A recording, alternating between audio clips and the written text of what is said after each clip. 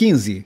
A educação integrada e a reabilitação de base comunitária representam formas complementares e de apoio mútuo destinadas a servir os indivíduos com necessidades especiais. Ambas se baseiam nos princípios de inclusão, integração e participação e representam processos já experimentados e de uma relação válida custo-benefício, tendo por fim a promoção de igualdade de acesso de todos os que apresentam necessidades educativas especiais, como parte integrante de uma estratégia de nível nacional que visa a educação para todos. Convidamos os países a considerar as seguintes ações referentes à política e à organização dos seus sistemas educativos. 16.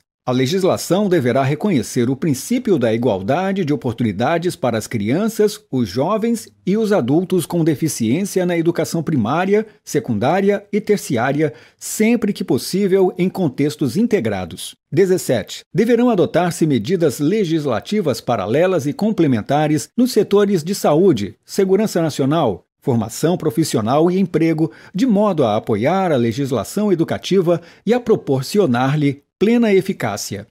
18.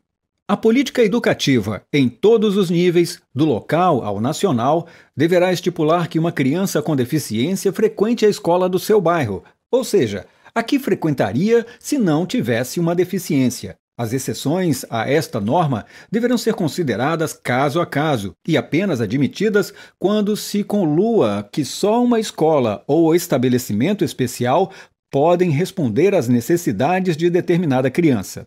19. A colocação de crianças com deficiência nas classes regulares deve constituir parte integrante dos planos nacionais que visam a educação para todos. Mesmo nos casos excepcionais em que as crianças são postas em escolas especiais, a sua educação não deve ser inteiramente segregada, encorajando-se a frequência de escolas regulares a meio tempo. Deve-se, igualmente, promover a inclusão de jovens e adultos com necessidades especiais em programas de nível superior ou em cursos de formação profissional e assegurar-se a igualdade de acesso e de oportunidades às meninas e às mulheres com deficiência. 20. Deve ser dada atenção especial às necessidades das crianças e dos jovens com deficiências severas ou múltiplas. Eles têm os mesmos direitos que todos os outros da sua comunidade de atingir a máxima autonomia enquanto adultos e deverão ser educados no sentido de desenvolver as suas potencialidades de modo a atingir este fim. 21. As políticas educativas devem ter em conta as diferenças individuais e as situações distintas. A importância da linguagem gestual como meio de comunicação entre os surdos, por exemplo, deverá ser reconhecida e garantir-se-á que os surdos tenham acesso à educação na linguagem gestual do seu país. Devido às necessidades particulares dos surdos e dos surdos cegos, é possível que sua educação possa ser ministrada de forma mais adequada em escolas especiais ou em unidades ou classes especiais nas escolas regulares. 22.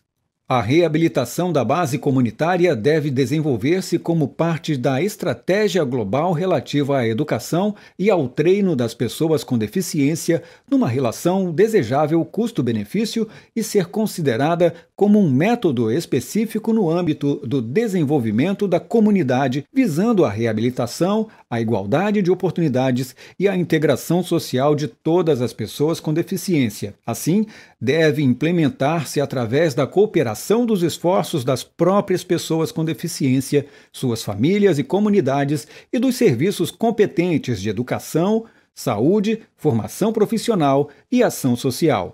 23. Tanto as medidas de política como os modelos de financiamento devem promover e facilitar o desenvolvimento das escolas inclusivas, procurando demover as barreiras que impeçam a transição da escola especial para a escola regular e organizar uma estrutura administrativa comum.